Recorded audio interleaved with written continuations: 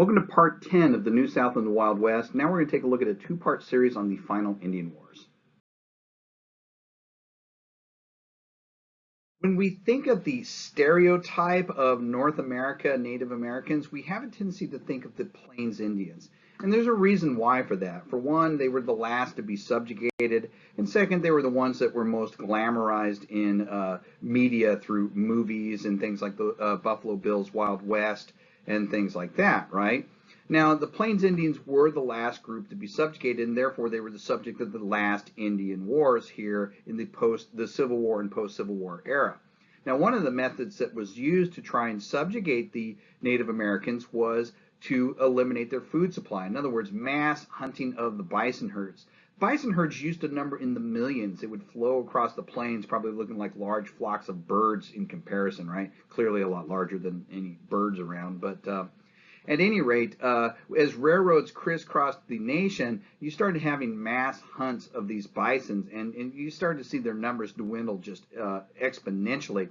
This picture here, for example, is just a big pile of bison skulls, and I wouldn't even want to fathom a guess of how many skulls are in that pile. I would have to say somewhere in the tens of thousands, but I mean, there's just no way to be sure. In 1846, Francis Parkman actually spent a summer living with the Lakota Sioux Indians, and he wrote of his experience in a book called The Oregon Trail.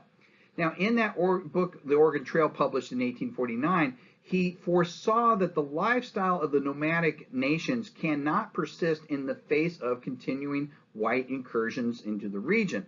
However, he didn't illustrate this as a bad thing. He said this is just the price of progress. However, that doesn't mean that these Native American groups are not going to go down without a fight.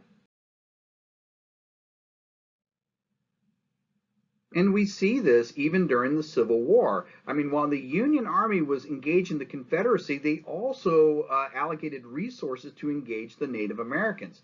For example, the first time the Union Army invaded northern Texas during the Civil War, it was not to engage the Confederacy, but it was to engage Kiowa Indians in the panhandle of Texas, right?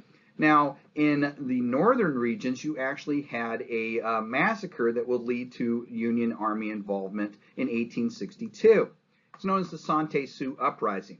On August 17, 1862, a group of Santee Sioux Native Americans were returning from an unsuccessful hunt when they decided to steal some eggs from a local white settlement. A conflict broke out, and in the end, you ended up having 5 white settlers killed. The Santee leader, a guy by the name of Teo Teduta, decided rather than try and give some kind of compensation or to defuse the situation, decided to use this as an opportunity to seize the initiative and began leading attacks against all white settlements in this area of Minnesota territory, specifically around the region of New Ulm, right? By the end of this 1862 uprising, you had somewhere around 500 settlers had been killed, and 150 Santee warriors had been killed as well. This led Abraham Lincoln to send General John Pope to the region. Now, General John Pope had just been relieved of command of the Army of the Potomac. He had taken on Robert E. Lee at the Second Battle of Bull Run and had been trounced by him. And since he wasn't being very successful against the Confederate Army, Lincoln decided maybe he'll have a little bit more success against the Native Americans out there in the West. So General John Pope was sent out there to organize the military department of the Northwest and use Union troops to round up those responsible for the Santee Sioux uprising. And he did. He began rounding people up, and in total he rounded up 392 men, right, and put them on trial by military tribunal beginning September 28th, 1862. Okay. Now, you got 392 trials now that are going to take place, but he's going to fast track this. The trials will begin on September 28th, and they'll finish a little bit over a month later on November 5th. 392 trials. 303 of these men were sentenced to death.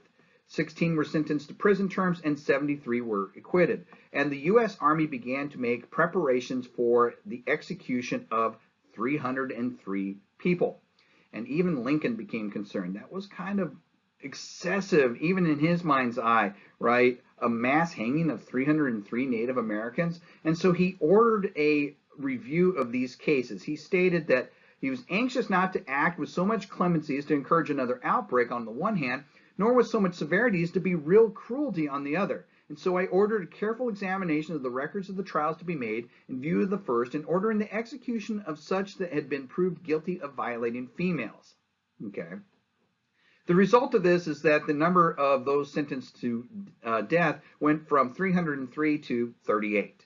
Okay. So on December 26, 1862, in Mankato, Minnesota, you had 38 men hung from the gallows, right, in the largest mass execution in American history. Of those 38 men, one of the men hung was a man who had been acquitted. One of the 73 had been acquitted. He just happened to have the same name of one of the condemned, and he had made the mistake of stepping forward when his name was called. And the man who was actually condemned was very quiet and just kind of sat back. Now, the Army did figure it out that they had executed the wrong man in that case, and they did find the other one and execute him again later.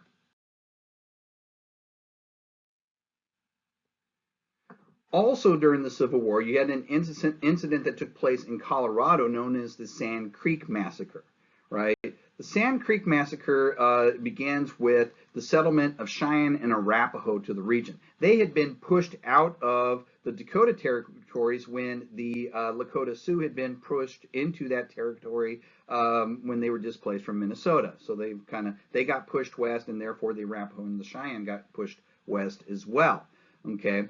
They had been given land in Colorado Territory by a treaty that had been signed in 1851 near a place called Sand Creek.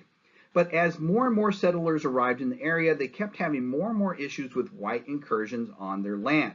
So finally here in 1864, they went to the Union Army at Fort Lyon and said, look, we just want to be left alone. Can you just pick out a piece of land for us, tell us to go there, and promise us that we'll be left alone, and we just don't want any problems. Okay. Now, the Army officials there said, okay, fine, go back to Sand Creek. We're going to figure out what to do, and we'll get back to you. But one commander decided that he wasn't going to have this, right? He looked at the principal chief, Black Kettle, and the other chiefs of the Cheyenne and Arapaho and saw that there was no chance of there ever being peace with them. His name was Colonel John Chivington. He was an ordained Methodist minister who had joined the Union Army during the Civil War, and he felt that there was just no way to have peace with Native Americans. He said that it is simply not possible for Indians to obey or even understand any treaty. I am fully satisfied, gentlemen, that to kill them is the only way we'll ever have peace and quiet in Colorado. And so on November 29, 1864, he gathered up a group of Colorado volunteers, and he went to Sand Creek, and he attacked the Native Americans there while they slept, right? His orders were simple. His orders to his men was, kill them all, big and small. Nits make lice. What does that mean, nits make lice? What he's basically saying here is this, that if you allow the children to live, they grow up to become warriors. Like a nit, which is a lice egg, becomes a full-grown lice, all right? So he's telling his men to kill everyone. Right? They go in there and killed over 200 of the 1,000 Native Americans that were there. Most of those killed were women and children. Okay? Many of the bodies were scalped, others were sexually mutilated, and some were even put on exhibit in Denver as war trophies. Now, back on the East Coast, the Sand Creek Massacre set off a whole series of protests, right? Even Congress got involved. The congressional investigation the following year heard testimony and released a statement condemning Chivington's actions there at Sand Creek. It stated, it is difficult to believe that being in the form of men and disgracing the uniform of the United States soldiers and officers that they could commit or countenance such cruelty or barbarity.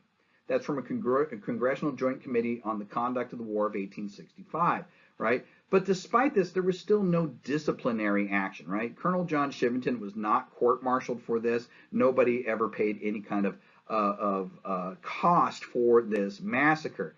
But the Native Americans would remember this, and they would finally get some retribution.